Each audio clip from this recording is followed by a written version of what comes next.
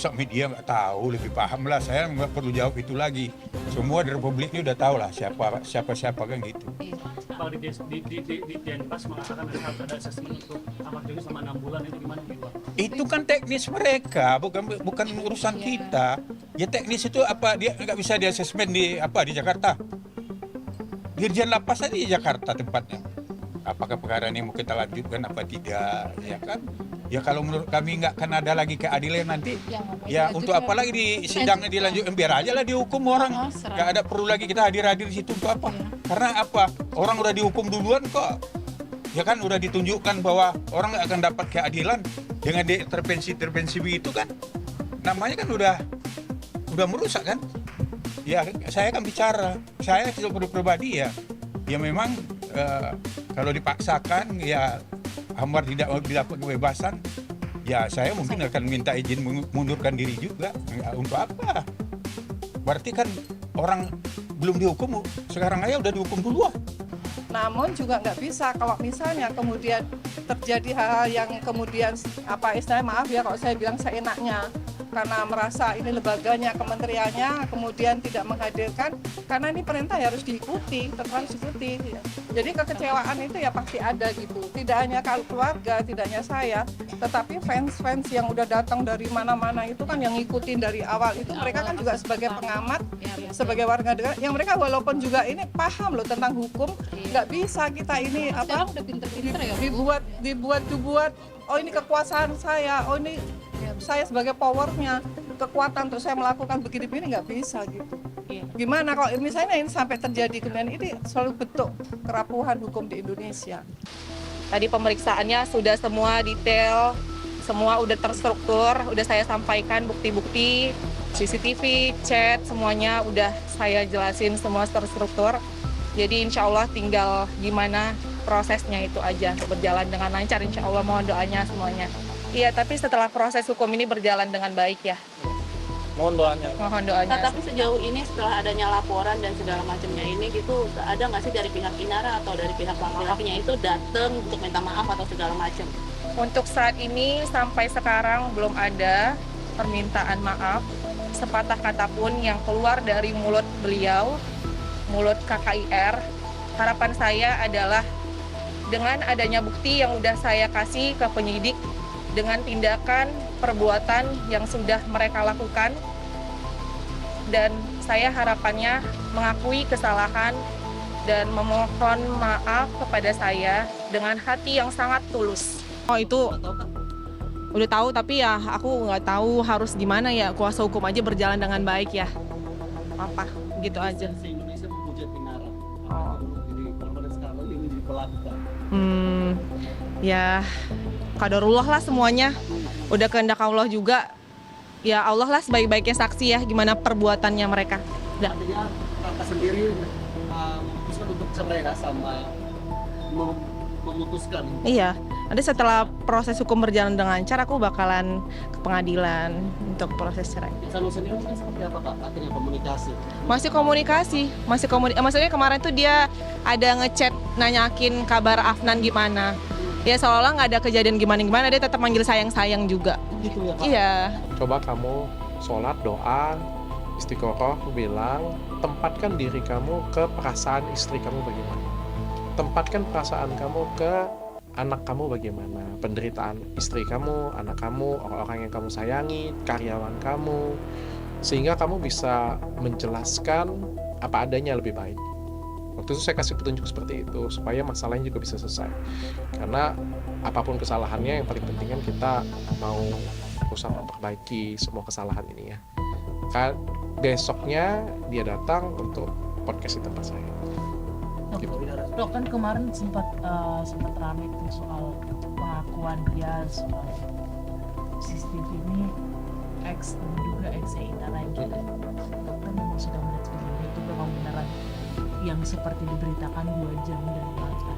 Saya tidak lihat CCTV-nya. Kenapa semua orang itu ngechat dengan saya minta CCTV-nya?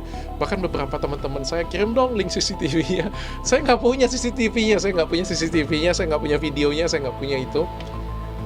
Saya cuma dikasih lihat foto, screenshot ex-nya Inara itu ngomong seperti yang saya bacakan. Jadi screenshot chat itu doang yang saya bacakan itu doang. Siapa nih?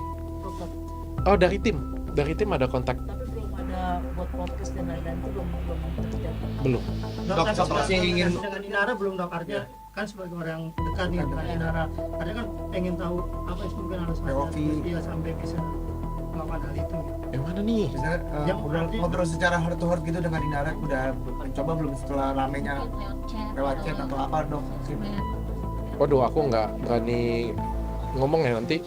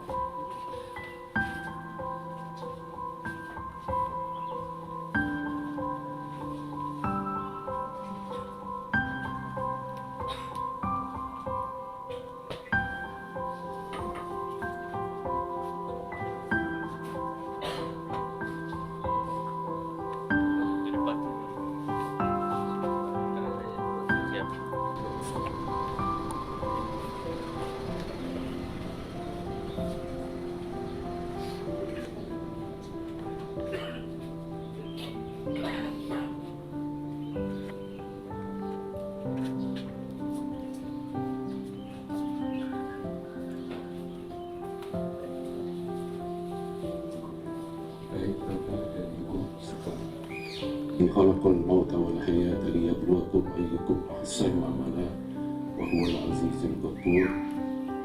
قال النبي صلى الله عليه wasallam, kata الموت وعزا. Sama kita hormati keluarga Sohibul Duka, keluarga besar almarhum Bapak Edi Kusnanda bin Bapak Mending Sukamsa.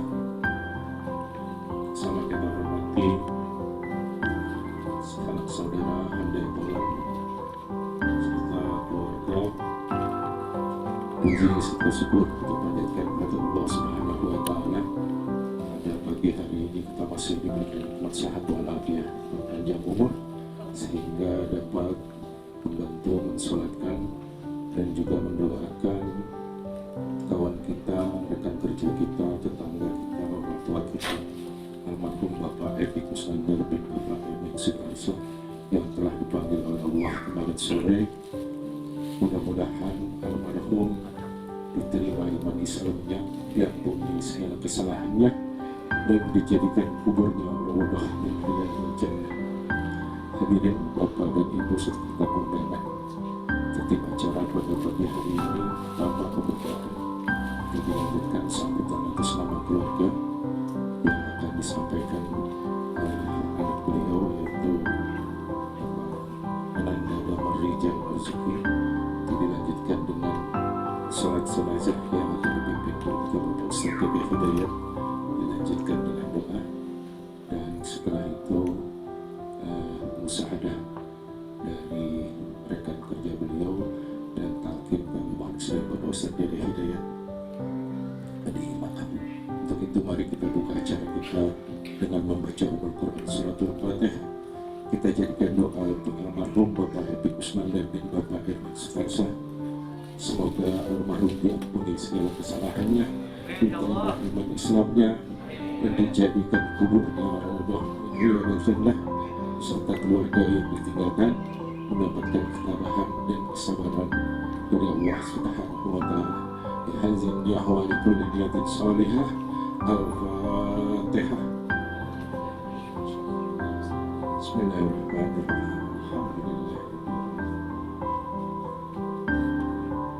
Ya na'budu wa nasta'in ihdinas siratal mustaqim siratal ladzina an'amta 'alaihim ghairil maghdubi 'alaihim. Yang support saya.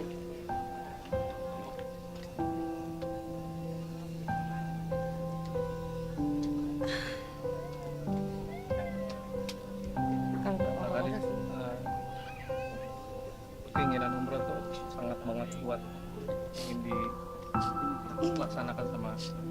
Iya. Aku tuh udah pengen ngomong, coba kalau dia denger respon itu kayak apa gitu.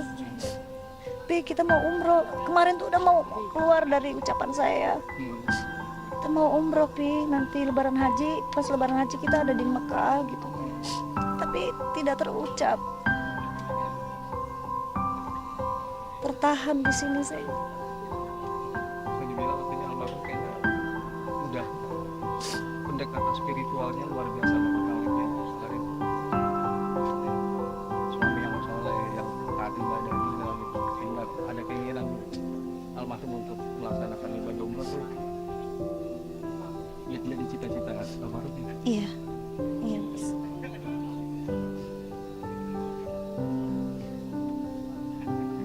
Tapi nanti akan tetap melaksanakan umroh atau Iya, insya Allah.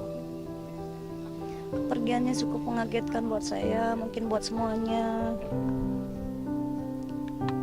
Masih sehat sekali kemarin beliau. Saya lagi di warung dari pagi, tiba-tiba jam 9 malam dia telepon. Bun, saya sedang merangkak nih dari apartemen ke bawah, mau naik Gojek. Ini saya lagi merangkak nih.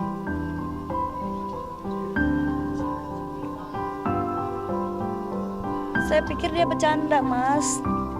Tiba-tiba dia datang ke warung di Samali dengan pakai jaket kulit, dengan senyum ceria, bahagia tanpa sedikit pun terlihat sakit. Dia ngajak anak-anak berkumpul di warung, menitipkan pesan. Dia bilang, mungkin ini pertemuan terakhir atau bisa jadi awal dari semuanya. Menitipkan ke anak-anak. Cuman ketika dia ngomong itu nggak kepikiran ini apa maksudnya. Sudah kemarin tuh baru sadar, mungkin itu sudah firasat. Setelah pulang dari sana tuh, setelah dia ke warung, segar, fresh, ketawa-ketawa, menitipkan pesan, sudah merasa lega. Pulang, udah tuh paginya ketemu kondisi sudah terjatuh.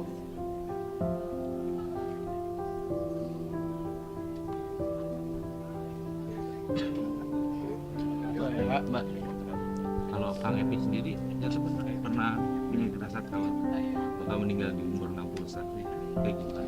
Ceritanya itu pernah disampaikan juga nggak cerita?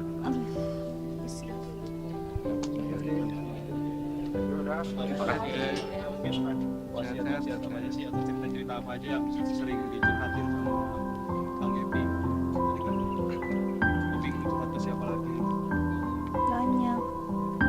Setiap hari, setiap kejadian, setiap pulang dari luar, pulang kita pasti duduk berdua bercerita, menceritakan apa yang terjadi hari ini, apa rencana besok, apa rencana nanti.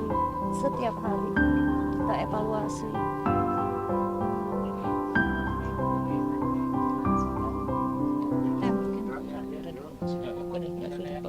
Ya, teman-teman ya. Terima kasih.